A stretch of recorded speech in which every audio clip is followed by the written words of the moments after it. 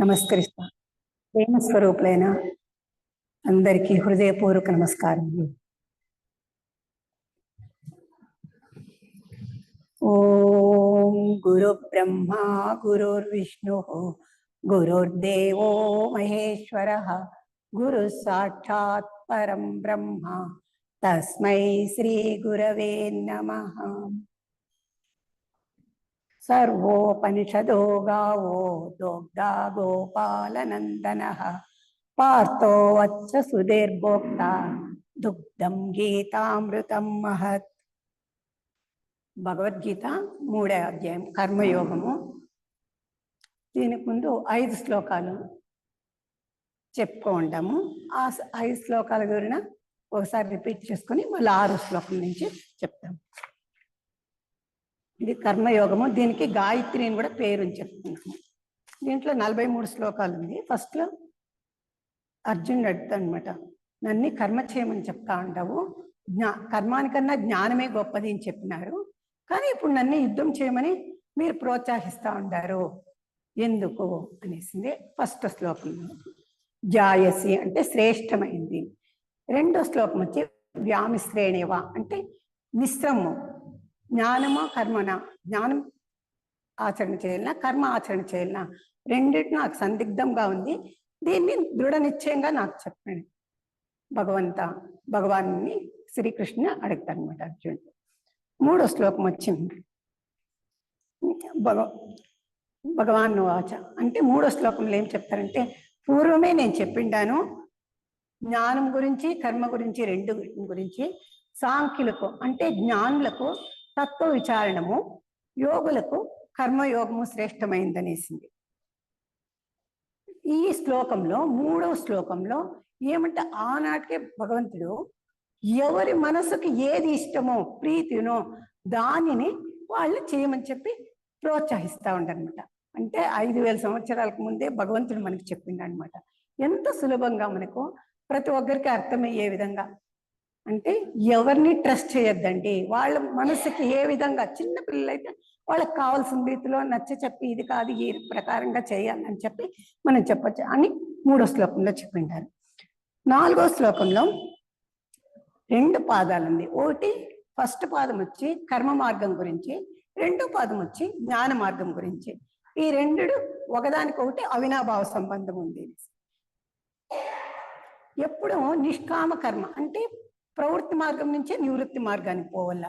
ఈ ప్రవృత్తి మార్గంలో ఏమవుతుందంటే నేను నాది అనే భావన ఉంటుంది, కానీ నిష్కామ కర్మ ద్వారా అంటే నేను అనే భావన తొలగించుకుంటా నిష్కామ కర్మ ద్వారా చిత్తశుద్ధి ఏర్పడుతుంది. కర్మలు చేస్తూనే ఉండాల. ఎలాంటి కర్మ చేయటే ప్రతి ఒక్క మానవుని సహజ గుణం అనమాట. ప్రకృతి యొక్క సహజ గుణం అదే. ఆ నిష్కామ కర్మ ద్వారా చిత్తశుద్ధి ఏర్పడుతుంది. ఎప్పుడు చిత్తశుద్ధి ఏర్పడుతుందో జ్ఞానం లభిస్తుంది. జ్ఞానం ద్వారా మోక్షాన్ని పొందొచ్చు. మా 5వ శ్లోకంలో వచ్చి నహి కచ్చిత్ క్షణమపి అంటే ఏ కర్మ త్యాగ అంటే క్షణకాలమైన ఏ జీవి కూడా కానీ పని చేయకుండా ఉండలేదు అని. నహి కచ్చిత్ క్షణమపి ఎవరు కూడా కానీ ఏ పని చేయకుండా, అంటే నేను పని చేయలేదని గమ్మున కూర్చో ఉంటే కూడా గాలి పీల్చేది కూడా ఒక పని, నిద్రపోయేది ఒక పని అని దాంట్లో వివరంగా చెప్పినారు. కర్మ అనే దాని గురించి వివరంగా చెప్పింటాను. ఈ 5 శ్లోకాలు ఒక క్లాసులో అయింది. ఇప్పుడు 6వ శ్లోకం గురించి తెలుసుకుంటాం. కర్మేంద్రియాణి సంయమ్య య ఆస్తే మనసా స్మరన్ ఇంద్రియార్థ విమూఢాత్మ మిథ్యాచారస్య ఉచ్యతే. అంటే దీంట్లో ఏం చెప్తా ఉండారంటే, కర్మ నిష్కామ కర్మ చేయమని అంటే కర్మ త్యాగం చేసేసేది కాదు, మనము పని చేస్తానే ఉండాల. అంటే నేను చేస్తా ఉండాలి అనే భావన మనలో ఉండకూడదు. దాని గురించి తెలుసుకుంటాం. ఇప్పుడు కర్మేంద్రియాణి అంటే ఇక్కడ భగవద్గీతలో ఈ శ్లోకంలో కర్మేంద్రియాణి అంటే కర్మేంద్రియాలు జ్ఞానేంద్రియాలు రెండింటినీ గురించి కర్మేంద్రియాణి అని చెప్తానమాట. కర్మేంద్రియాణి అనే పదమునకు కర్మేంద్రియ జ్ఞానేంద్రియములు 2 అనే అర్థము. కొన్ని ఇంద్రియముల గురించి మాత్రమే చెప్పినచో అసంపూర్ణంగా ఉండును. ఇక్కడ సంయమ్య అనే ఒక పదం వచ్చింది. అంటే సంయమ్య అంటే ఇక్కడ మిథ్యాచారస్య ఉచ్యతే అంటే ఇక్కడ ఈ సంయమ్యకు జ్ఞానికి అజ్ఞానికి గల భేదాన్ని ఈ సంయమ్య అనే పదంలో చెప్తా ఉంటాను అనమాట. ఫస్ట్ వచ్చి అజ్ఞాని గురించి చెప్తా ఉంటాడు. సాధకుడు అనర్థ సంయమం కాదు. ఎందువలనగా అతడు మిథ్యాచారి. మిథ్యాచారి అంటే కపట, పైన ఒక రకం లోపల ఒక రకంగా ఉంటాడు అనమాట. ఇంద్రియములను ఊరికే కూర్చో ఉంటాడు. కూర్చొని మనస్సు ఏం చేస్తుందంటే ఎక్కడికెక్కడికో పోతుంది అనమాట. ఇంద్రియములను ఊరిక కూర్చొని మనస్సు చే ముల్లోకములను తిరుగువాడు కానీ కూర్చియే చెప్పబడిను. అంటే కూర్చొనే ఉంటాడు కానీ మనస్సు మాత్రం ఎక్కడెక్కడో తిరుగుతూ ఉంటుంది. వాళ్ళని ఏం చెప్పినారంటే మిథ్యాచారి అంటే అజ్ఞాని అనేసింది. ఎందుకంటే మనకు ఇంకా ఈసారి జ్ఞాని గురించి చెప్తాడు. అంటే సాధకులు ప్రారంభము కొందరు సాధకులు కూడా ధ్యానమందు మనస్సు దైవంపై నిలవక దశదిక్కులు పరుగెత్తుచుండును. అంటే సాధకుడు కూడా ఏం చేస్తారంటే సంయమ్య అంటే సంయమం చేసే దానికోసము సాధకుడు అనే వాళ్ళు కూడా ఆ ధ్యానానికి కూర్చున్నప్పుడు మనస్సు ఎక్కడెక్కడికో పోతా ఉంటుంది, ఆలోచనలు పోతా ఉంటుంది. కానీ మనస్సునే గమనిస్తూ ఉంటారు ఎవరు సాధకుడైన వారు. ఎప్పుడు ఆ మనస్సును గమనిస్తూ ఉంటారో ఆ మనస్సుకు బుద్ధి చెప్తాను అనమాట. నువ్వు పోవద్దు, నేను సాధన చేస్తూ ఉంటాను, నాకు సహాయం చెయ్యి, హెల్ప్ చెయ్యి అని చిన్న పిల్లలకు అన్యాయంగా చెప్పేట్లుగా ఆ మనస్సుకు మనం చెప్పుకుంటామంట సాధకుడు అనేవాళ్ళు అనమాట.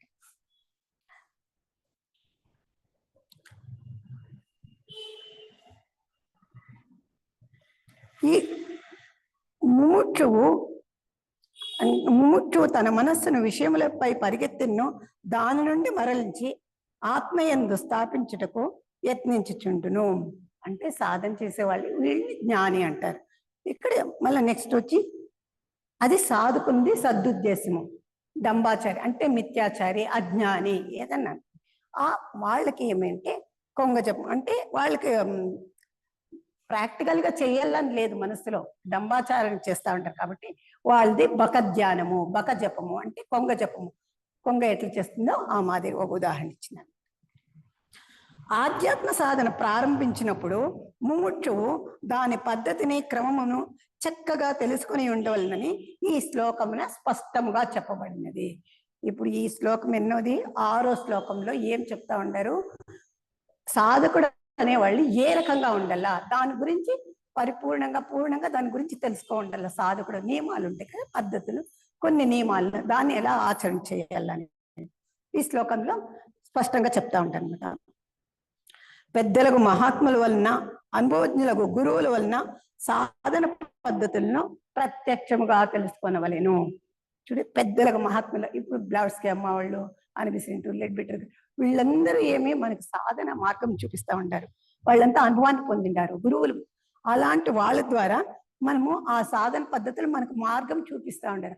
ఆ పద్ధతి ద్వారా మనం ఎప్పుడు చేయగలుగుతామో మనము ఆ మన ఏ ఉద్దేశం ఏముందో దాన్ని చేయగలుగుతాం అన్నమాట. ఇంద్రియ నిగ్రహము ఆవశ్యకమైనది అను సూత్రము మాత్రము గ్రహించి దాని లోతుపాతులు తెలియనిచో ఇంద్రియములను అణచిపెట్టి లోన మనస్సుతో లోక వ్యవహారమంతయు విషయ భోగమంతయు గావించుచుండే సంభవించును. ఇక్కడ ఇంద్రియ నిగ్రహము అనేసింది. అంటే అంటే మనస్సును నిగ్రహించాలా, ఇంద్రియాలను నిగ్రహించాలన్నమాట. ఈ నిగ్రహించాలంటే దాని యొక్క లోతుపాతులు అంటే దాన్ని డీప్గా మనం తెలుసుకో ఉండాల. మనస్సుతో కూడా అంటే ఇక్కడ ఇంద్రియాలు అంటే మనస్సే అనమాట. మనస్సు ఎట్లా చెప్తే ఇంద్రియాలు అట్లా వినాల. అప్పుడు ఏమవుతుందంటే మనస్సు రారాజు అవుతుంది, ఇంద్రియాలని నిగ్రహించుకోనేకి అవుతుంది. దానికి ఎలా చెప్పాలంటే దాని లోతుపాతుంది, దాని గురించి వివరంగా మనం తెలుసుకోవాలన్నమాట. ఇట్టి ప్రమాదమును ఊహించి గురువగు శ్రీకృష్ణ పరమాత్మ అట్టి వారిని చక్కదిద్దుడికై గీతాశాస్త్రమున ఈ విధములైన హెచ్చరికలు అనేకముగా చెప్పబడినవి. ఎందుకంటే మనకు హెచ్చరిక ఇస్తూ ఉంటారు, అంటే మనం అవేర్నెస్ లో ఉండాలా, మనం మళ్ళీ మేల్కొల్పుతూ ఉంటారు, జాగ్రత్తగా ఉండండి అని. ఎందుకంటే సాధకుడు అనే వాళ్ళు ఎప్పుడు అవేర్నెస్ లో ఉండాలా అనేసి హెచ్చరిక చేస్తూ ఉంటారు. ఇట్లా హెచ్చరికలు శ్రీకృష్ణ భగవాన్ల అప్పుడప్పుడు అక్కడక్కడ చెప్తానే ఉంటారు. లోకమున యోగుల వలె నటించే అజ్ఞానులు కొందరుండవచ్చు. ప్రపంచమున వంచుట కొరకు ఇంద్రియములను అడిచిపెట్టి వారొక చోట కూర్చున్నను మనస్సు వాసనమయమై చేట త్రిలోకముల నందు సంచరించుచుండును. ఇటు ప్రపంచ సుఖమునకును అటు దైవ సుఖమునకును రెండింటికి వారు చెడిన వారగుదురు. కనుకనే భగవాన్ డిట్టి వారికి మూడులను చాలదని విమూఢులను పేరు పెట్టిరి. మూడులో చెప్పకుండా ఇక్కడ విమూఢాత్మ అనేసి చెప్పిండారు. ఇంది అర్థ విమూఢాత్మ అనేసి. ఎందుకంటే మూఢుడు అంటే అజ్ఞాని, విమూఢుడు అంటే ఇంకా అజ్ఞాని అనమాట. ఏమి అర్థం చేసుకునే జ్ఞానము ఉండలేదు. ఇంద్రియం అంటే ఇక్కడ త్రిలోకములందు సంచరించిన వాసనామయం. ఈ మనస్సు ఎన్నో జన్మల తర్వాత మానవ జన్మ వచ్చింది. మనకు ఈ సొసైటీలో దాని గురించి వివరంగా చెప్పిండారు. ఏమి స్థూల దేహము, కామదేహము, రూప మనోదేహం. ఈ మూడు దేహాలు శుభ్రంగా ఉండాల, శుచిగా ఉండాల, పవిత్రంగా ఉండాల. ఇదే విధంగా మనకు మనస వాచ కర్మణ అని కూడా మనం చెప్తామన్నమాట. అంటే మనకి ఇంకా దీంట్లో 7 లేయర్స్ ఉంటుంది. ఈ 7 layers లో 4 layers మనం శుభ్రతను పవిత్రంగా ఉంచుకునేదానికి ప్రయత్నం చేయాలన్నమాట. ఎప్పుడు మనం ఆ సాధన చేస్తా వస్తామో వింటాం. అదే శ్రవణం అనేది, శ్రవణము మననము ఒక మెట్టయితే దాన్ని ఆచరణ చేసేదానికి ఎప్పుడూ అవేర్నెస్ లో ఉండి మనం ఎంత ఆచరణ మనంతకు మనమే స్వయం పరిశీలన చేసుకోవాల. చేసుకున్నప్పుడు మనల్ని మనము సరిదిద్దుకోనే అవుతుంది. అందుకే ఇక్కడ త్రిలోకములందు సంచరించుచుండును అనేసి చెప్తాము. ఇంద్రియములకు స్వంత విషయములను అనుభవించే శక్తి కానీ తెలుసుకునే శక్తి కానీ లేదు. మనస్సు వానితో చేరినప్పుడే ఆయా శక్తులు ఏర్పడును. కావున మనస్సుతో సహా ఇంద్రియములను నిగ్రహించటం వలన ప్రయోజనము కలదు. కానీ కేవలం ఇంద్రియములను బిగబెట్టడం వలన ప్రయోజనం ఉండదు.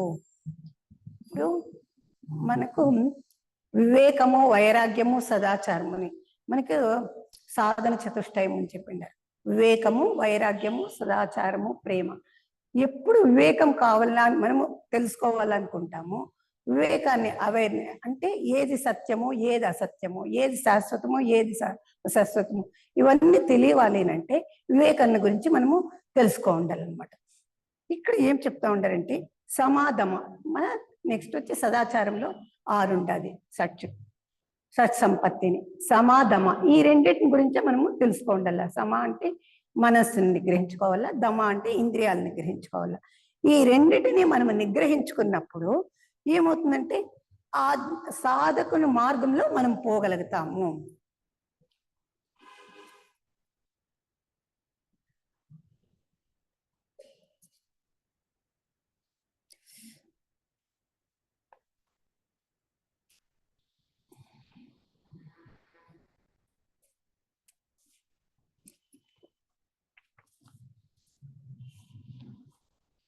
కర్మ చేయుట గాని చేయకపోవట గాని ప్రధానము కాదు. హృదయమందలి వాసనలు తొలగటియే ప్రధానము. మనస్సునందలి మాలిన్యము నశించుటయే ప్రధానము. అంటే ఇక్కడ ఏం చెప్తా ఉండారంటే సాధకుడు ఎలా ఉండాలా, సాధన ఎలా చేయాలి మనకి పరిపూర్ణంగా ఈ శ్లోకంలో అర్థం చెప్తా ఉంటారు. చిత్తమునందలి రాగద్వేషములు వీడుటయే ప్రధానము.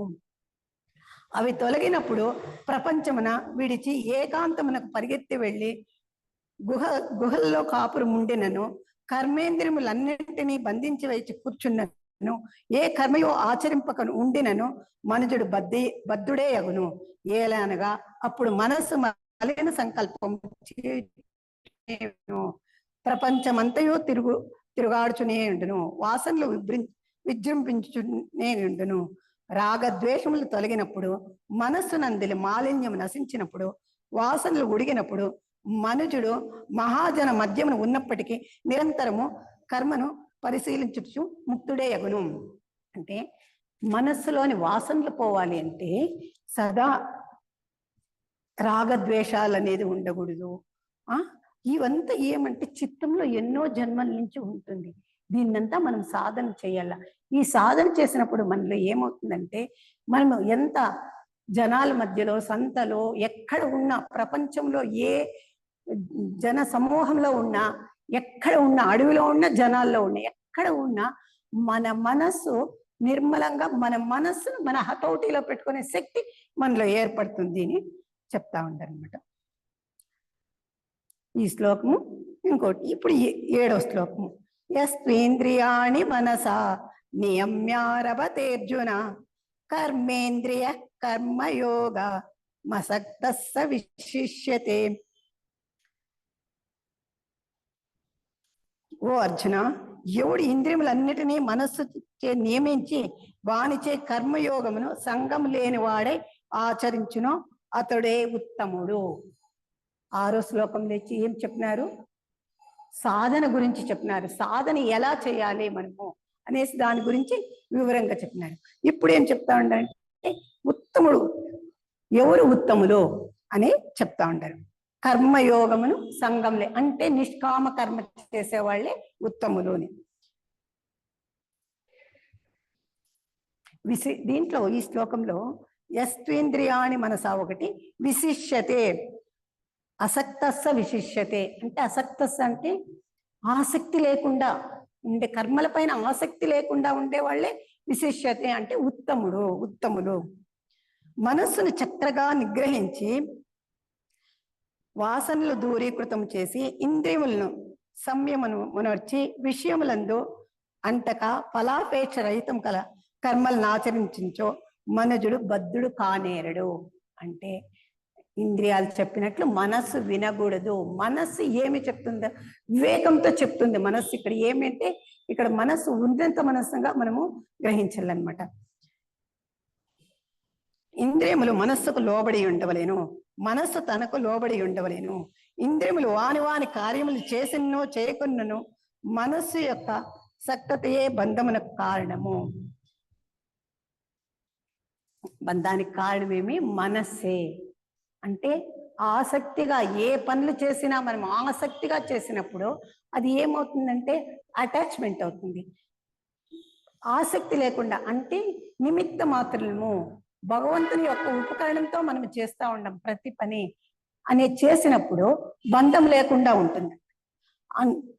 ఇది లోక కనుక మహనీయులు మొట్టమొదట మన సంయమను అభ్యసించి ఇంద్రియములను అదుపులోనికి తెచ్చి అట్టి విశుద్ధేంద్రియముల వల్లనే లోకహితార్థము కర్మలను చేయుచుందురు.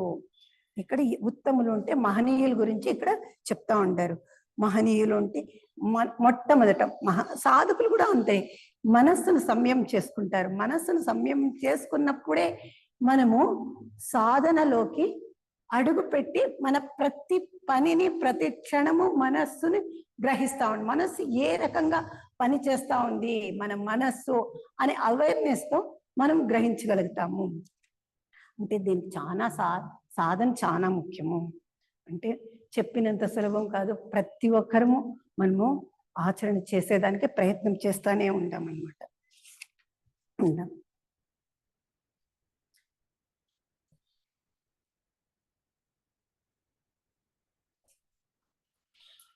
నియతం కురు కర్మత్వ 8వ శ్లోకము. నియతం కురు కర్మత్వం కర్మ జ్యాయోహ్య కర్మణ శరీర యాత్రాపిచతే న ప్రసిద్ధేద కర్మణ. ఇప్పుడు 6వ శ్లోకంలో ఏం చెప్పినారు? సాధకులు ఎలా ఉండాలి అనేసింది. మళ్ళీ 7వ శ్లోకంలో ఏం చెప్తా ఉండారు? మహనీయులు వాళ్ళు మనస్సును నిగ్రహించి పనులు చేస్తా ఉంటారు, లోకహితార్థం అనేసింది. ఇప్పుడు 8వ శ్లోకంలో ఏం చెప్తా ఉండారు? శాస్త్ర నియమిత మగు కర్మ అంటే శాస్త్రాల్లో చేయవలసిన కర్మ. అంటే మనకు ఉపనిషత్తుల ద్వారా మనం ఎన్నో తెలుసుకో ఉంటాము.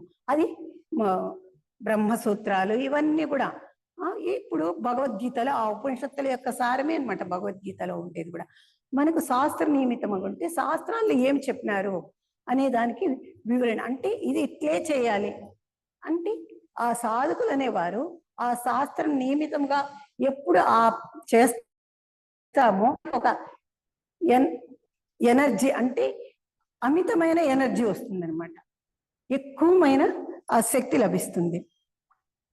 ఆచరణ చేసినప్పుడు. నీవు శాస్త్రములు కర్మను చేయము, కర్మ చేయకుండుట కంటే కర్మ చేయుటయే శ్రేష్టము. కర్మ చేయకపోవటం వలన నీకు దేహయాత్ర కూడా సిద్ధింపనేరదు.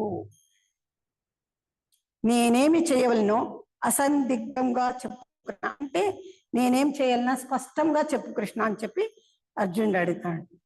అని ఈ అధ్యాయ ప్రారంభంతో అర్జునుడు అడిగిన ప్రశ్నకు శ్రీకృష్ణమూర్తి నియతం కురు కర్మ, నీవు కర్మను త్యజింప శాస్త్ర నియమితమగు కర్మను చేయము ఇచ్చట స్పష్టముగా ఉపదేశించెను.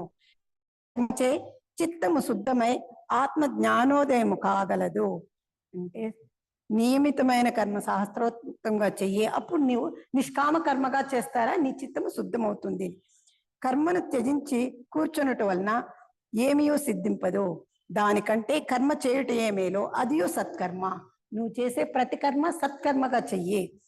దైవార్పిత కర్మ అయినచో ఇంకనూ శ్రేష్టము అని భగవానుడు చెప్పుచున్నాడు. మరి ఒక దృష్టితో చూచిన కర్మ చేయనిచో అసలు శరీరం నిల్చుటయే కష్టమని దేహయాత్ర కొనసాగదని ఈ విధముగా కర్మాచరణను ప్రోత్సహించుచున్నారు. అంటే ఈ శ్లోకంలో ఏం చెప్తా ఉంటారు? శాస్త్ర నియమితమగు కర్మలు అంటే సత్కర్మల ద్వారా అంటే ఈ దేహాన్ని పోషించాలంటే, ఈ శరీరాన్ని పోషణ చేయాలంటే మనం చేయాల సత్కర్మలే చేయాలన్నమాట. సత్కర్మలు చేసేటప్పుడు సాధకుడు దాని యొక్క శక్తిని, జ్ఞానాన్ని పొందుతాడనమాట. చిత్తము ప్రారంధ కర్మాలంతా కూడా తగ్గుతా వస్తుంది, చిత్తము శుద్ధమవుతుంది. అంటే ఇప్పుడు మనము ఒక భోజనం అంటే ఆహారం తీసుకోవాలంటే శరీరం పని చేయాల్సిందే. మన నిత్య జీవితంలో శరీరం పని చేయకపోతే మనము భోజనం ఎన్నో ఉంటాయి మన నిత్య జీవన చర్యల్లో, కార్యక్రమంలో ప్రతి ఒక్కటి నిద్ర కాదు, ఖర్చులు ఎన్నో ఉంటాయి.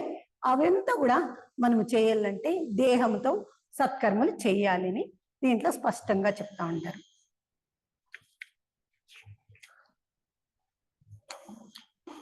ఇప్పుడు 7, 8 శ్లోకాల గురించి ఇంకొంచెం వివరంగా తెలుసుకునే ప్రయత్నం చేస్తాం. ఇక్కడ రహస్యము అంటే కర్మ యొక్క రహస్యము, కర్మ యొక్క కీలకము అనేసి 2 పదాలు ఇక్కడ చెప్పినారనమాట. కర్మ యొక్క రహస్యమేమి, కర్మ యొక్క కీలకమేమి, ఈ రెండింటిని గురించి కొంచెం విశదంగా తెలుసుకునే ప్రయత్నం చేస్తాం. కర్మ యొక్క రహస్యము, కర్మ యొక్క కీలకము. కీలకము అంటే మనము భగవంతుని యొక్క అంశతో పుట్టిన భగవంతుని యొక్క బిడ్డలము. ఇది ఒక ఫస్ట్, ఇది కీలకము అంటే ప్రతి ఒక్కరిలోనూ ఆ భగవంతుని యొక్క చైతన్యము ప్రతి ఒక్కరిలోనూ హృదయంలో దాగి ఉందన్నమాట. అదే చైతన్యం ద్వారా మనం పని చేయగలుగుతాం. ఇది కీలకం అనమాట. మళ్ళీ రహస్యం అంటే ఏమి? సత్కర్మలు చేయాలి, సత్కర్మలు ఈశ్వరార్పణ బుద్ధితో చేయాలి, నిష్కామ కర్మతో చేయాలి. ఇవన్నీ రహస్యం అన్నమాట. ఈ రహస్యాన్ని, ఈ కీలకాన్ని, ఈ రెండిటిని మనం ఎప్పుడు గుర్తు పెట్టుకుంటామో మన జీవితంలో మనం చేయవలసిన పనులను సక్రమంగా చేయగలుగుతాము.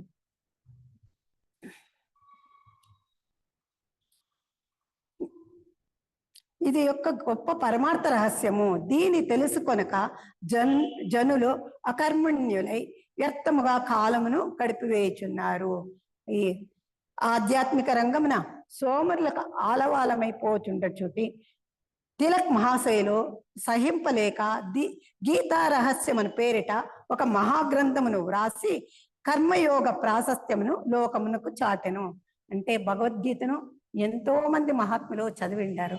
దాంట్లో తిలక్ మహాశయులు అనేసి వాళ్ళు ఉండారు. తిలక్ గురించి మనకు చరిత్రలో తెలిసే ఉంటుంది అందరికీ. వాళ్ళు ఈ గీతా రహస్యం గురించి ఒక గ్రంథాన్ని రాసిందనమాట. ఏమంటే కర్మయోగం యొక్క గొప్పతనాన్ని, ఆ కర్మయోగం యొక్క గొప్పతనాన్ని రాసి ప్రపంచానికి ఇచ్చినారన్నమాట. అంటే ఇప్పుడు మనము ఈ ప్రపంచం ఏర్పడింది కూడా కర్మ వల్లనే అనమాట. కర్మతోనే, కర్మ నియమమే సృష్టికి ప్రారంభం కూడా. అందుకు మనకు 3వ అధ్యాయంలో కర్మ నియమాల గురించి, కర్మ యోగం గురించి, కర్మ జ్ఞానం గురించి, కర్మ వివరణ అంటే ప్రారబ్ధ కర్మ, ఆగామి కర్మ, సంచిత కర్మ. ఈ కర్మల్ని మనకు వివరంగా ఈ అధ్యాయంలో 43 శ్లోకాల్లోనూ వివరంగా చెప్పిండు అనమాట. మనకు అనిపిసెంటమ్మ వాళ్ళు థియాసఫికల్ సొసైటీలో కర్మ నియమం గురించి కూడా చెప్పిండారు. ఇంకా ప్రశ్నోత్తరాల్లో కూడా మనకు ఈ కర్మ గురించి వివరంగా చెప్పిండారు. మహాత్మా గాంధీజీ కూడా గీతాశయము అనాసక్త కర్మయోగమే అని వెల్లడించి తన గీతా వ్యాఖ్యానమునకు అనాసక్తి యోగం అని పేరు పెట్టెను. మహాత్మా గాంధీ కూడా ఈ కర్మయోగం గురించి రాసి దానికి అనాసక్త యోగము అంటే ఆసక్తి లేకుండా నిష్కామ కర్మయోగము అనేసి వాళ్ళు పేరు పెట్టిందనమాట. ప్రారంభమున ఇప్పుడు కొంచెం వివరంగా తెలుసుకొని కర్మం గురించి వివరంగా తెలుసుకునే ప్రయత్నం చేస్తాం. ప్రారంభమున దుష్కర్మ నుండి సత్కర్మకు మారవలెను. అంటే ప్రవృత్తి మార్గం నుంచి నివృత్తి మార్గానికి మనము పోవాలి. అంటే ప్రవృత్తి మార్గంలో మనం ఎలా ఉండాము, ఏం చేస్తా ఉంటాము అనేది తెలుసుకోవాలి. మళ్ళీ దాని నుంచి నిదానంగా మన ప్రయాణం ఎప్పుడు ఈ జ్ఞానంలో సాధనలో నిదానంగా పోవాలి. అప్పుడే మనము పరమార్థాన్ని చేరగలము. మన గృహస్థ సమస్యలను కూడా మనము పరిష్కరించుకునే జ్ఞానము శక్తి లభిస్తుంది. అటు పిమ్మట సత్కర్మ నుండి నైష్కర్మ్యమునకు దారి తీయవలెను. అంటే సత్కర్మ నుండి నైష్కర్యము అంటే నిష్కామ కర్మ చేసేదానికి ప్రారంభం చేయాలి. ఇది సరి అయిన పద్ధతి. అట్లు కాక దుష్కర్మ నుండి ఒకే పర్యాయము నైష్కర్యమునకు గంతు వేసినచో అచ్చటికి చేరకపోవట అట్లుండుటక కాలు మాత్రం విరుగ్గొట్టుకొనుము. అంటే ఏమి ఇక్కడ వీళ్ళు ఒక ఉదాహరణ చెప్తా ఉండారు. ప్రవృత్తి మార్గం నుంచి సడన్ గా నివృత్తి మార్గానికి పోవద్దండి. ఏమవుతుందంటే మనకు నడుస్తూ ఉంటాం, అప్పుడప్పుడుగా బిడ్లు అడుగులు వేస్తూ ఉంటారు. వాళ్ళు ఏం చేస్తారంటే కొంచెం స్పీడ్గా నడకొచ్చిన ఇంకా జంప్ చేయాలనుకుంటారు. అప్పుడు ఏమవుతారు, సడన్ గా పడిపోతారు అనమాట. అదే విధంగా మనము కూడా సాధకులు కూడా ఆ విధంగా వద్దు అని వాళ్ళు స్పష్టంగా చెప్తా ఉంటారు అనమాట. ఈ ప్రమాదాన్ని ఇట్లాంటి కష్టం వస్తుంది అనేసి మనకు ముందుగా హెచ్చరిక చేస్తా ఉంటారు. కర్మల ద్వారా చిత్తశుద్ధి కలుగును. ఏలనగా ఈశ్వరార్పణ బుద్ధితో కర్మలను చేయుచూరాగా చిత్తమందలి దోషములు పాపములు శమించి చిత్తము నిర్మలమగును. ఎంతసేపు మనకి ఏం పదే పదే పదే పదే కర్మల గురించే చెప్తా ఉంటారు. ఏమి నిష్కామ కర్మ చెయ్యి, సత్కర్మ చెయ్యి. ఎందుకంటే మనలో ఎన్నో జన్మల వాసనలు మిళితమై ఉండాలి, స్టోరీ చెయ్యి ఉండాలి. దాన్ని సాధన చేయాలి అంటే మనం మనస్సు పదే పదే వింటా ఉండాలి. పదే పదే వినినప్పుడు ఏమవుతుందంటే మన లోపల ఆ అణువులు అనేది మార్పు చెందుతా ఉంటుంది. ఎప్పుడు అణువులు మార్పు చెందుతుందో మనలో దృఢ నిశ్చయం అంటే ఇచ్ఛాశక్తి, జ్ఞానశక్తి, క్రియాశక్తి మనలో దృఢంగా ఏర్పడుతుంది అనమాట. ఇది థియాసఫికల్ సొసైటీలో మనకు స్పష్టంగా చెప్తా ఉంటారు. నిర్మల చిత్తమందు శుద్ధ జలమందు అంటే ఇక్కడ నిర్మల చిత్తమందు శుద్ధ జలమందు ఇక్కడ ఒక ఉదాహరణ చెప్తా ఉంటారు. నిర్మల చిత్తమందు శుద్ధ జలమందు సూర్యుని ప్రతిబింబము స్పష్టముగా గోచరించినట్లు జ్ఞానోదయమగును. అంటే నిర్మల చిత్తంగా ఉండేటప్పుడు ఏమవుతుంది, శుద్ధ జలము అంటే మన మనస్సు నిర్మలంగా ఉండేటప్పుడు, మనం మనస్సు పవిత్రంగా ఉండేటప్పుడు మనం దేని గురించి ఆలోచన చేస్తామో భగవంతుని యొక్క అనుగ్రహము, గురువుల యొక్క అనుగ్రహం ద్వారా మనకు ఏమన్నా సమస్యలకు పరిష్కారం చిక్కుతుంది. ఎప్పుడు భగవంతుని అనుగ్రహము, గురువుల అనుగ్రహం రెండు కావాలి. దీనికి కావాలంటే ఏం కావాలా, సాధన కావాలి. ఇప్పుడు బాహ్యాన్ని ఏం చెప్తా ఉంటారు, సూర్యోదయం అయ్యే కాటికి ప్రకృతి అంతా పరవశించిపోతుంది. అట్లే మన మనస్సు శుద్ధమైనప్పుడు ఆ స్ఫురణలు మనం గ్రహించి మన భగవంతుని యొక్క అనుగ్రహం ద్వారా, గురువుల యొక్క అనుగ్రహం ద్వారా వాక్ కూడా ఆ శుద్ధి పరిపూర్ణత ఒక అతిశయోక్తమైన కాదు, ఆ వాక్కుకే ఒక దివ్యమైన శక్తి ఏర్పడుతుంది. నిర్మల చిత్తమందు శుద్ధ జలముందు సూర్యుని ప్రతిబింబం స్పష్టముగా గోచరించినట్లు జ్ఞానోదయమగును, జ్ఞానముచే మోక్షము లభించును. ఈ అర్థమునే ఈ క్రింది శ్లోకం, అంటే ఇక్కడ ఒక శ్లోకం చెప్పినారు వాళ్ళు. కర్మణ జాయతే భక్తి, భక్త్యా జ్ఞానం ప్రజాయతే, జ్ఞానత్ ప్రజాయతే ముక్తి ఇది శాస్త్రార్థ సంగ్రహ. అంటే శాస్త్రంలో కూడా ఇదే చెప్పినారు అనమాట. ఏమేనిసింది? చిత్తం శుద్ధం కావాలి. ఇప్పుడు మనకు చిన్న రామాయణంలో రాములు వారు ఏం కావాలి అంటారు? నాకు చంద్రుడిని చూడాలి, చంద్రుడే కావాలి అని కోరుతాడు. కావాలి, చిన్న బాలుడు కదా, కావాలి కావాలి అని మొండి చేస్తాడు. అప్పుడు ఏం చేస్తారు? మంత్రి ఒక అద్దం తెప్పించి దాంట్లో చంద్రుని యొక్క ప్రతిబింబంని చూపిస్తారనమాట. అంటే మనస్సు కూడా అంత పరిశుద్ధంగా ఉండాలన్నమాట. ఎప్పుడు మనస్సు పరిశుద్ధంగా ఉంటుందో చంద్రుని యొక్క బింబం ఎట్లా ఆహ్లాదకరంగా ఆ అమృత తత్వంతో మనకు ఆ స్ఫురణలు లభిస్తుంది అనమాట.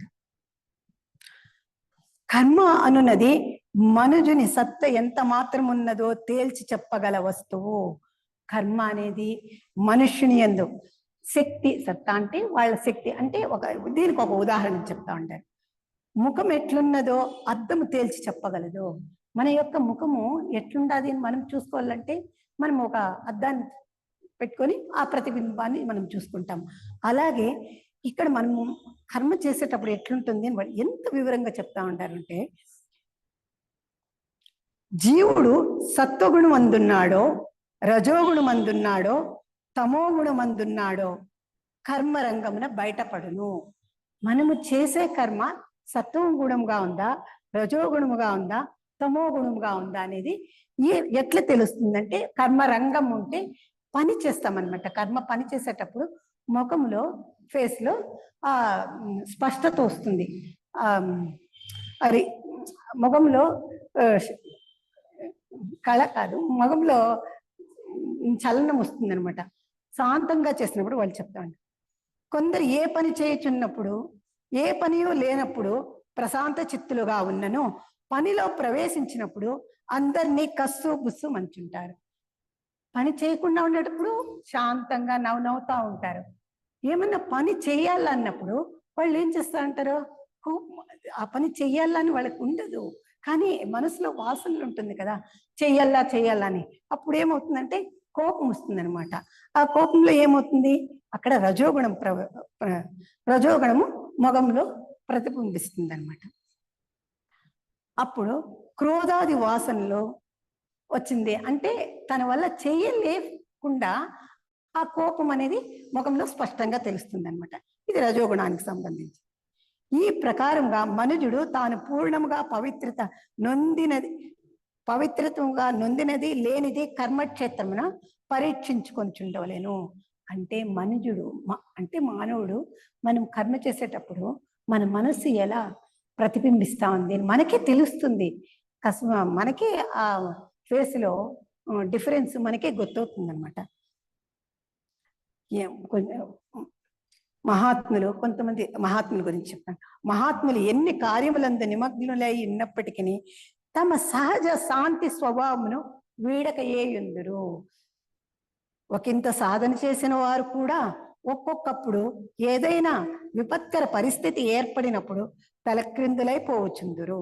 వారింకను యోగాదులను లెస్సగా పరిశీలించక నిశ్చలత్వమును పొందవలసి ఉందురు. ఇక్కడ ఒక ఉదాహరణ చెప్పాను. మహనీయులందరూ ఎట్లుంటారు అంటే, మహాత్ములంతా కూడా స్పష్టంగా చెప్తా ఉంటారు. శాంత గుణంతో ఉంటారనమాట. ఏ పని చేయాలన్నా కానీ నవ్వుతా, ఎట్లా ప్రాబ్లమ్స్ వచ్చినా, సమస్యలు వచ్చినా, ఒకవేళ ఆ మహాత్ముల్ని ఎవరన్నా నిందించినా కూడా వాళ్ళు చలనం చేయగలరు. మొహంలో ఆ సమాధానము, శాంతము, నవ్వుతా ఉండే ఆ చిరునవ్వు అలాగే ఉంటుందన్నమాట. ఎందుకంటే వాళ్ళ సాధన చేసినారు కర్మలో. అంటే వాళ్లకు రెండు సమత్వము, కష్టము దుఃఖము సుఖము సమత్వంగా వాళ్ళు స్వీకరిస్తారనమాట. సహజ శాంతి స్వభావమును వీడకుండా ఉంటారనమాట. ఇంకా సాధన చేసేవాళ్ళు కొద్దిగా అప్పుడే సాధన చేసేవాళ్ళు ఎట్లుంటారు అంటే, ఒక్కొక్కప్పుడు ఏమంటే ఎన్నో పరిస్థితులు వస్తుంది. అప్పుడు ఏమవుతారంటే వాళ్ళ సమస్యలు వచ్చినప్పుడు టెన్షన్ చేసుకుంటారు అనమాట. ఆ టెన్షన్ వలన ఏమవుతుందంటే వాళ్ళు ఇంకా సాధన చేయాలి అని వాళ్ళకే తెలుస్తుంది అనమాట. అంటే వారింకను కర్మయోగాన్ని ఇంకా సాధన చేస్తూ నిశ్చలత్వమును పొందవలసి ఉండవలను. ఇక్కడ ఒక ఉదాహరణ చెప్తా ఉన్నారు. కర్మ అనేది ఒక థర్మామీటర్ అనమాట. థర్మామీటర్తో పోల్చి చెప్తా ఉన్నారు. థర్మామీటర్ అంటే అందరికీ తెలిసిందే. జ్వరం వచ్చినప్పుడు ఆ థర్మామీటర్ని పెట్టి చూస్తారు, జ్వరం ఎక్కువ ఉందా తక్కువ ఉందా అనేది. ఎక్కువగా ఉంటే ఇన్ని డిగ్రీలు ఎక్కువ ఉంది. ఎందుకంటే మనకి ఇక్కడ ఉదాహరణల ద్వారా చెప్పినప్పుడు మన మనసులో అది ఆ థర్మామీటర్ చూసినప్పుడు ఏదో ఒక సమయంలో మనకు గుర్తొస్తుంది అనమాట. జీవునికి ఉష్ణము అంటే హీట్ అనమాట, తాపత్రయము. మనం అనుకున్నాం కదా, కామదేహము, స్థూల దేహము, కామదేహము, రూప మనోదేహంలో ఈ 3 దేహాల్లోనూ మనకేమి ఆ తాపత్రయం అనేది, టెన్షన్ అనేది ఎనుక ముందు వస్తానే ఉంటుందన్నమాట. అది ఏమవుతుందంటే పూర్తిగా తగ్గినదా, లేక కొంచెం తగ్గినదా, లేక అధికంగా ఉందా అని మనమే పరీక్షించుకోవాలన్నమాట. ఈ తాపత్రయం అనేది కర్మ మనం చేసేటప్పుడు టెన్షన్ వచ్చినప్పుడు మనం గమనించుకోవాలి అన్నమాట. ప్రతి వారును కర్మయోగమును వారి పారమార్థిక బలాబలను పరీక్షించి చూచుకొని చుండవలేను. ఒకడు చూచుటకు దేవుడు కనిపించును, దేవుడిలాగా కనిపిస్తాడనమాట. ఈ కర్మయోగం చేసేటప్పుడు వాళ్ళ బలాన్ని వాళ్ళే పరీక్షించుకోవాలని వాళ్ళు స్పష్టంగా చెప్తా ఉండారు. కానీ కర్మయందు దిగినచో రాక్షసుడుగా ప్రవర్తించును. అంటే ఏం చెప్తానంటే, గమ్మున ఉండేటప్పుడు సాత్వికంగా దేవుళ్ళలాగా గమ్మున ఉంటారు. కానీ కర్మ చేయాలి, పని చేయాలి అంటే, కర్మ అంటే పని. ప్రతి క్షణము మనం పని చేయాల్సి వస్తానే ఉంటుందన్నమాట. అప్పుడు ఏమవుతుంది, ఎక్కువ పని చేసేటప్పుడు వాళ్ళు రాక్షసుడు చెయ్యాలి అంటే ఎక్కువ బాధ పడతామన్నమాట. అప్పుడు రాక్షస అంధవికారంగా కనిపించును అంటే మన మనస్సులో టెన్షన్లు స్టార్ట్ అవుతుంది అనమాట. కానీ కార్యములందు దివ్యత్వమును వెదజల్లును. కానీ మనం కార్యం చేసేటప్పుడు మాత్రము దివ్యత్వం వెదజల్లును. కావున మనుజుని పట్టి చూపునది కర్మయే గాని తదితరం కాదని విజ్ఞులు నిశ్చయించుకుని దాని ఎందు క్షుణ్ణముగా పవిత్రతను సంపాదించవలెను. అంటే మనము ఆ కర్మ చేసేటప్పుడు శాంతంగా మధురంగా చేసినప్పుడు ఏమవుతుందంటే ఆ దివ్యత్వాన్ని, ఆ పవిత్రతను, ఆ శక్తిని దాంట్లో పొందుతామన్నమాట, సంపాదించుకుంటాము. అట్టి పవిత్రతను ఎట్లా సంపాదించగలము? మళ్ళా క్వశ్చన్ ఇస్తా ఉంటారు. మనకి ఇక్కడ ఒక ఉదాహరణ థర్మామీటర్ ఇచ్చినారు. ఉదాహరణ మన మనసులోని తాపత్రయము అంటే ఇచ్చా జ్ఞానక్రియ, లేదు స్థూల దేహము, కామదేహము, రూప మనోదేహము మనం పనిచేసేటప్పుడు ఎలా ఉంటుంది అనేసింది. ఈ కర్మలను భగవద్ అర్పితం చేయవలనన్నా కర్తృత్వమును వదిలి కార్యములను చేయవలని గీత శాసించుచున్నది. అంటే నేను నాది అనే భావనని వదలాలి. అప్పుడే కర్తృత్వం ఉంటే నేను నాది అనేది, భగవద్ అర్పితం అంటే భగవంతుని కోసం చేసేది అనమాట. గీత శాసనం చేస్తాంది, భగవంతుడే శాసనం చేసి చెప్తా ఉంటాడు. ఇందులో రహస్యం ఏమనినా భగవంతునికి అర్పణ చేయు కార్యమును ఎవరును అపవిత్రముగా చేయటకు సాహసింపడు. ఇప్పుడు భగవద్ అర్పణ మనోభావంతో చేయాలి అన్నప్పుడు ఎంత తక్కువ వాళ్ళైనా కూడా, ఏమీ తెలియని మనుషులు కూడా భగవంతునికి అర్పణ చేయాలంటే వాళ్ళకు ఉండే దాంట్లో అక్కడ పరిశుభ్రం చేసి భగవంతునికి నివేదన చేస్తారు. అంటే అక్కడ ఏమి భగవంతుని ఒక దివ్య శక్తి అని భావిస్తారనమాట. అట్లా సామాన్య మానవునికి కూడా ఇచ్చు పదార్థమే శుద్ధముగా ఉండునట్లు చూచుచుండా ఇక భగవానికి ఇచ్చుదాన్ని కల్మష భూయిష్టముగా ఉంచరు కనుక నీవు చేయు కర్మలను ఈశ్వరార్పణ బుద్ధితో చెయ్యము. ఇక్కడ ఇంకోటి చెప్తా ఉండాడు, మనం మానవులకి ఏమన్నా ఒకరికొకరి పదార్థాలని ఒక ఇచ్చేటప్పుడు ఏం చెప్తాము, ఇస్తాము పవిత్రంగా, దాన్ని బాగుండేటట్లుగా బాగు చేసి మనస్సును అర్పణ చేసి అందరూ బాగా స్వీకరించాలి, ఈ పదార్థం బాగుండాలి అనే భావంతో, తీయని మధున భావంతో ఇస్తాము. అంటే ఇప్పుడు పూజ చేస్తాము, నైవేద్యం చేస్తాము, దాన్ని మనం అందరికీ అట్లా చేస్తాము. ఇంకా అదే కాకుండా భగవంతునికే మనమల్ని మనం అర్పణ చేసుకోవాలంటే మనం ఎంత పవిత్రంగా ఉండాలి.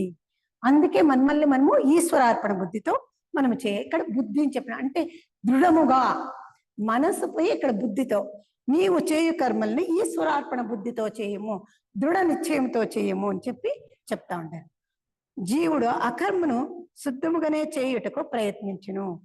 ఆ కర్మను అంటే ఏ కర్మ చేస్తారో ఆ కర్మనంతా కూడా శుద్ధంగా చేసేదానికి ప్రయత్నం చేస్తాడు. మనస్సును దైవంపై ఉంచి దైవార్పణ బుద్ధితో చేయు కార్యము దైవ కార్యముగానే పరిణితి నొందగలదు.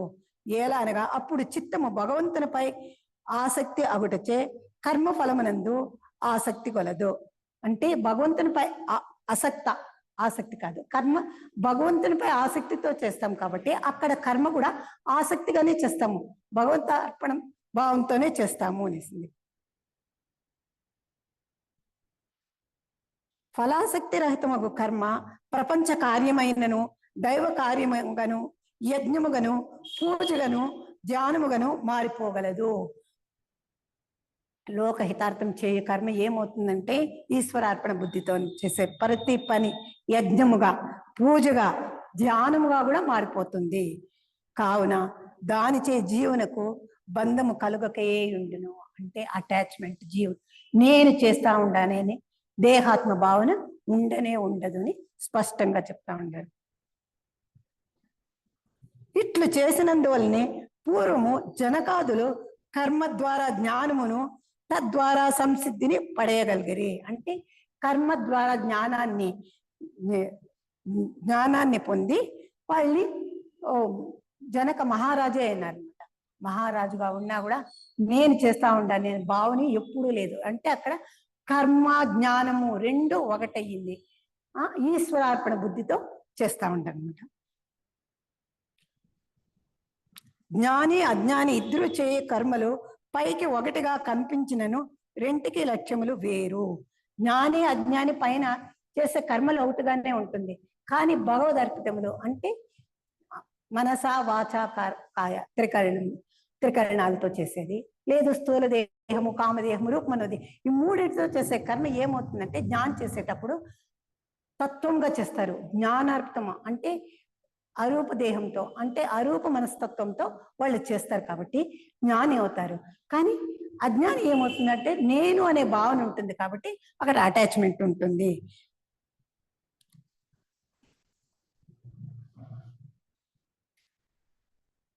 కర్తృత్వం వాస్తవంగా ఇంకొక విశేషమైన ఈ ప్రకృతిని గురించి ఇంకొంచెం చెప్తా ఉంటారు. వాస్తవంగా ఈ అనంతకోటి బ్రహ్మాండమునందు మనుజుని ఉనికి ఎంత?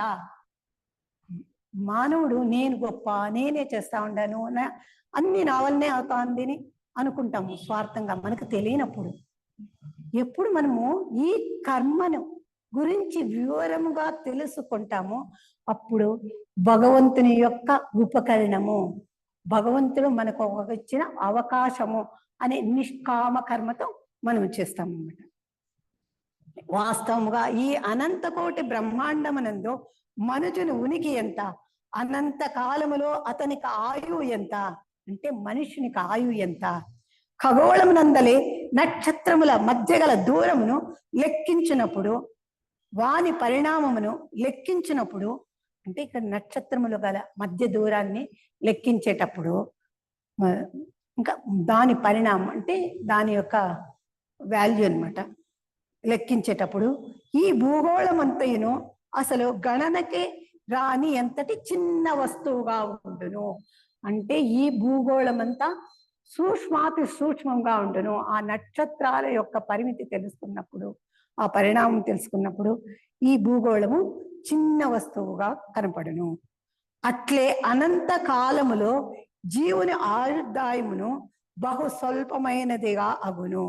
మనుజుడు తాను పుట్టక పూర్వము కోట్ల కొలది సంవత్సరములు ఈ జగత్తును ఎవరు పాలించిరో, తాను మరణించిన పిదప కోట్ల కొలది సంవత్సరముల వరకు ఎవరు పాలించుచుందురో ఒకంత యోచించవలెను. ఇక్కడ మనకు ఆలోచన శక్తికి, వివేకానికి ఒక ఉదాహరణ ఇస్తా ఉండరు. మనుషుడు ఎప్పుడు మానవుడు ఏమి స్వార్థము, నేను నేను నేను నాది అనే బంధములో బంధించిపోయినామన్నమాట. ఈ బంధం నుంచి విముక్తి కావాలంటే కొన్ని ఉదాహరణలు, ప్రకృతి యొక్క శక్తి సామర్థ్యాలు, ప్రకృతి యొక్క అనంతమైన రహస్యము, అదే కీలకము.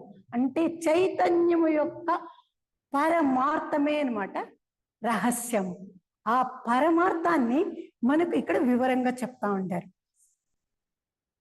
అనంత కాలములో జీవుని ఆయుర్దానము అంటే జీవుని యొక్క ఆయుర్దాయం, జీవుని యొక్క ఆయుర్దాయం ఆయుష్ బహు స్వల్పమైనదే అగును. అంటే మానవుడుగా మానవ జన్మ ఎత్తినప్పుడు 100 ఏండ్లు, 120 ఏండ్లు, 80 ఏండ్లు ఇంతే అనమాట మన ఆయుష్. కానీ మనుజుడు తాను పుట్టక పూర్వకము, తాను పుట్టక ముందు కోట్ల కొలది సంవత్సరములు, కోటాను కోట్ల సంవత్సరములు ఈ ప్రకృతి ఏర్పడాలంటే మనకు థియాసఫీ ఎంతో వివరంగా థియాసఫీ మూలతత్వంలో మనకు వివరించినారనమాట. అట్లా కోట్ల కొలది సంవత్సరములు ఈ జగత్తుని ఎవరు పాలించారో, అంటే ఈ కోట్ల కొలది సంవత్సరం ఎవరు పాలిస్తా ఉంటారు, ఈ ప్రపంచాన్ని ప్రకృతిని ఎవరు శాసిస్తా ఉంటారు. కోట్ల కొలది సంవత్సరములు ఈ జగత్తుని ఎవరు పాలించరో, మళ్ళా తాను మరణించిన పిదప, అంటే మనుషుడు మానవులు జన్మ ఎత్తుతానే ఉంటారు. కొన్ని కృతయుగంలో కొన్ని వేల సంవత్సరాలు అట్లా ఉంటుంది ఒక్కొక్క యుగంలో. కానీ ఈ కలియుగంలో మానవుని ఆయుష్ 100, 120, 80 అట్లా ఉంటుంది అనమాట. అంటే ఇన్ని వేల కోట్ల సంవత్సరాల ముందు కూడా ఎవరు ఇన్ని మరణించిన పిదప కోట్ల కొలది సంవత్సరముల వరకు ఎవరు పాలించారు, అప్పుడు ఎవరు పాలిస్తా ఉంటారు, ఇప్పుడు ఎవరు పాలిస్తా ఉంటారు, ఒకంత యోచించవలను. మనం యోచించేయాల. మనము వైవస్వత మన్వంతరాల గురించి చెప్తాము, మనం పూజ చేసేటప్పుడు ఇవన్నీ మనకు వస్తుంది. దీని గురించి అంతా మీరు ఆలోచన చేయండి అని ఇక్కడ మనకు స్పష్టంగా వివరణంగా చెప్తా ఉంటారు. బ్రహ్మాండమునంతటినీ నడుపు శక్తి ఒకటి ఉన్నది, అది ఏ దైవము.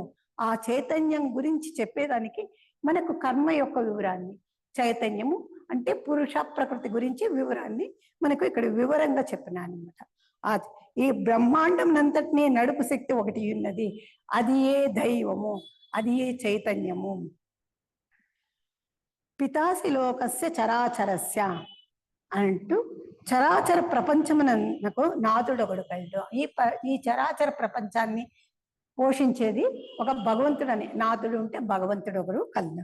అతడే పరమాత్మ, అతడే చైతన్యము, అతడే ఈ విశ్వమునంతటినీ నడుపుచున్నాడు. మన ద్వారా పనులు చేయించినది అతడే. భగవంతుడే మన ద్వారా పనులు చేయిస్తా ఉన్నాడు. మనము కేవలము నిమిత్త మాత్రము. ఈ పదాన్ని మనము స్పష్టంగా పదే పదే సాధన చేసేవాళ్ళు గుర్తు పెట్టుకోవాల. మనం ఏమి సాధన చేయాల, మనం అన్ని పనులు చేయాల. చేయకుండా ఉండేదానికి ఆస్కారమే లేదు. మనము గృహస్థాశ్రమంలో ఉండాము, ప్రపంచంలో ఉండాము, ఈ దేహాన్ని పోషణ చేయాలి, ప్రతి పని మనము చేయాలి. కానీ ప్రతి పని వెనకాల ఆ భగవంతుని యొక్క శక్తి మనమల్ని నడిపిస్తా ఉండాలి అనే భావన, ఆలోచన మనమల్ని ఎంత శక్తియుతంగా చేస్తుంది అంటే, మనమల్ని ఆ ఏమి దగ్గరికి మనం ఏమి ముందుగా పెట్టుకుంటామో, మోక్షము కానీ ఏదైనా కానీ దాన్ని మనము చేరగలుగుతాము. మనము కేవలము నిమిత్త మాత్రము, అతని చేతిలో ఉపకరణములు. ఈ జగన్నాటకంలో మనము పాత్రదారులము, అతడు సూత్రధారి. అనంత శక్తిమంతుడగు దైవము ఈ ప్రపంచమునంతటినీ నడుపుచున్నాడు. ఇంతవరకు అనంత కాలముగా జరిగిన పనులన్నీ మీ వలన గాని మా వలన గాని జరగలేదు. ఇక్కడ ఇంకా స్పష్టంగా మన మనస్సుకు హత్తుకునేట్లుగా అద్భుతంగా వాళ్ళు చిన్న పిల్లలకి ఎలా చెప్పాలనో అట్లా మన మనస్సుకు అర్థమయ్యే విధంగా ఇక్కడ చెప్తా ఉండనమాట. జగన్నాటకము ఇదంతా బ్రహ్మ సత్యం జగత్ మిథ్య అనే సూత్రాన్ని ఇక్కడ మనకు స్పష్టంగా చెప్తా ఉండేది. ఏమేంటి బ్రహ్మ సత్యం అంటే భగవంతుడు అనేది సత్యము. ఆ సత్యాన్ని మనం తెలుసుకోవాలి. అంటే భగవంతుడు సూత్రధారి, మనము పాత్రధారులము. అనంత శక్తివంతుడగు దైవము ఈ ప్రపంచమునంతటిని నడుపుచున్నాడు.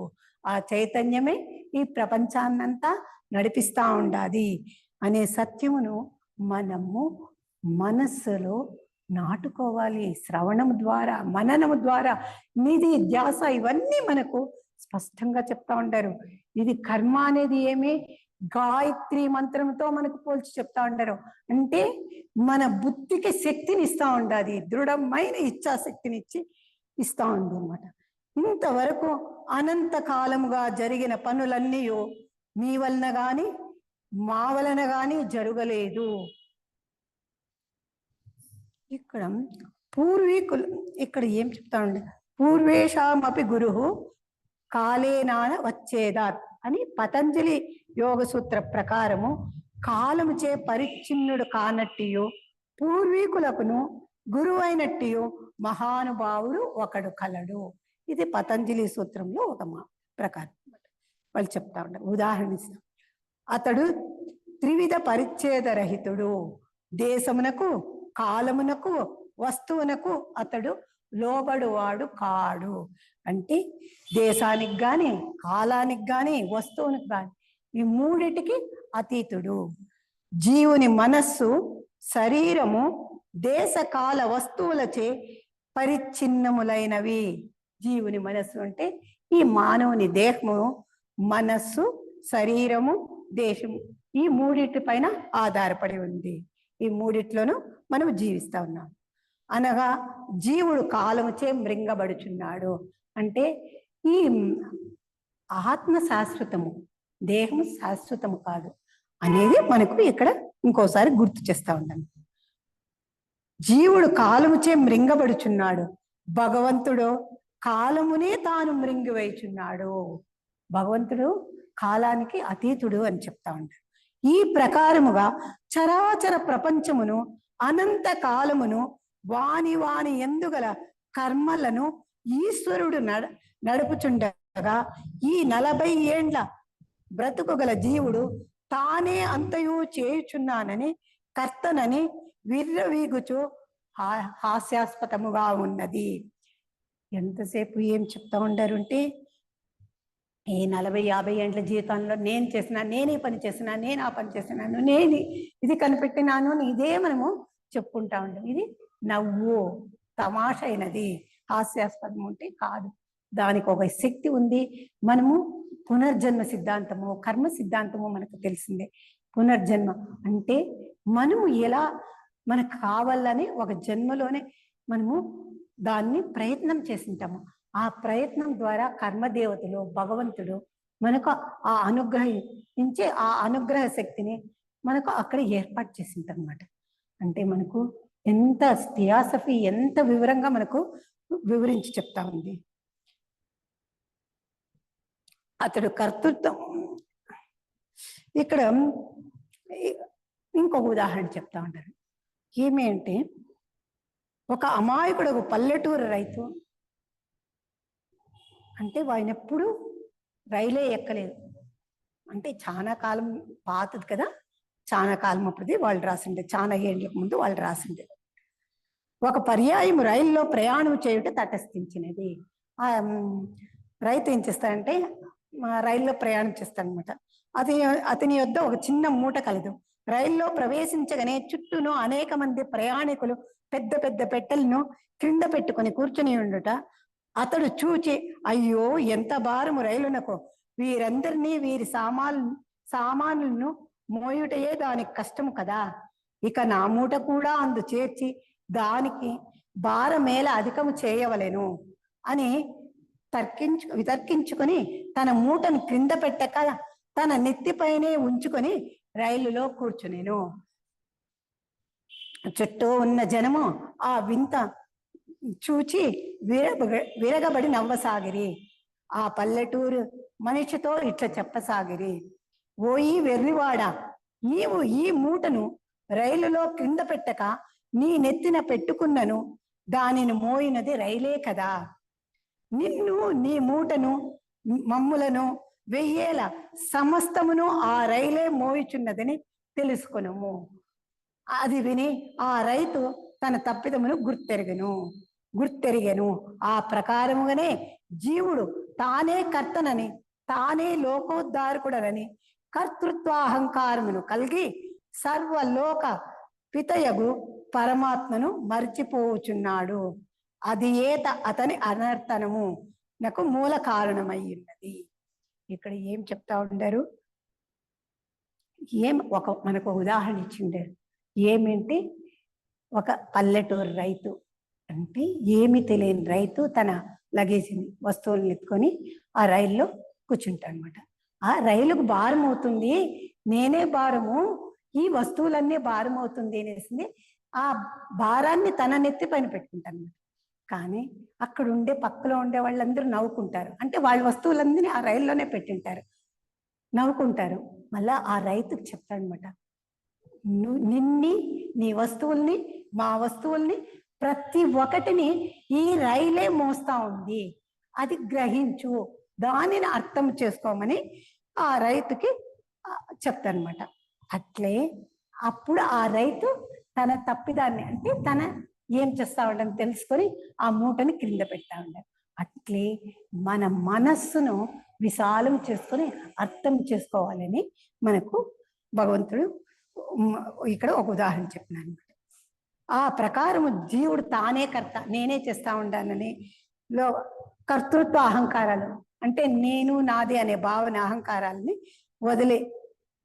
వదిలేసి మర్చిపోతా ఉంటారు. భగవద్గీత కర్తృత్వం వదిలే ఆసక్తంగా ఈశ్వరార్పణ బుద్ధితో కర్మలను చేయవాలని ఉద్బోధించుచుందని.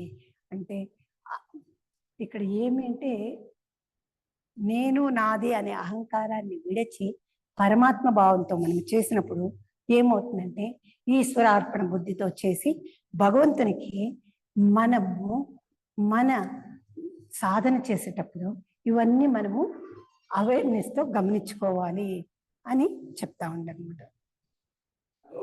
అంటే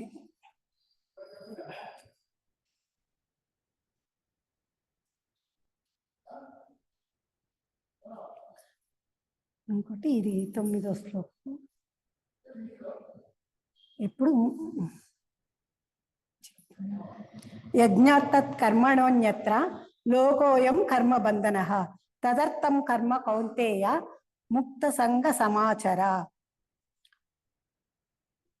ఓ అర్జున, యజ్ఞము కొరకై లోకహితార్థము కొరకై ఇతరముకు కర్మం చే జనులు బంధింపబడుతురు. కాబట్టి ఆ యజ్ఞము కొరకై కర్మముని సంగరహితుడై ఫలాసక్తి లేక ఆచరింపుము. ఇక్కడ గీత యందు యజ్ఞమున్న సన్యాసము త్యాగము మున్నగు పదములకు నూతనముగా అర్థమును వెల్లడించెను.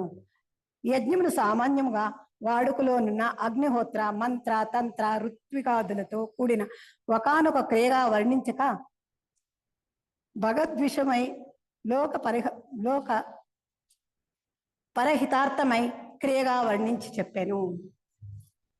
ఈశ్వరార్పణ బుద్ధితో చేయాలనేసింది ఈ యజ్ఞమును. ఇక్కడ 9వ దాంట్లో ఏమేం చెప్తున్నా అంటే యజ్ఞం గురించి చెప్తా ఉంటారు. యజ్ఞార్థ కర్మణోన్యత్ర లోకోయం కర్మబంధన తదర్థం కర్మ కౌంతేయ ముక్త సంఘ సమాచారం. ఈ ఇప్పుడు 6, 7, 8 3 శ్లోకాలతో పూర్ణం చేస్తా ఉంటాను, ఎందుకంటే సమయము కావచ్చింది. ఇంతటి చక్కని అవకాశము సదవకాశము ఇచ్చి మమ్మల్ని ప్రోత్సహిస్తున్నారు. మీకు మా హృదయపూర్వక నమస్కారములు. హరి ఓం. శ్రీకృష్ణార్పణమస్తు.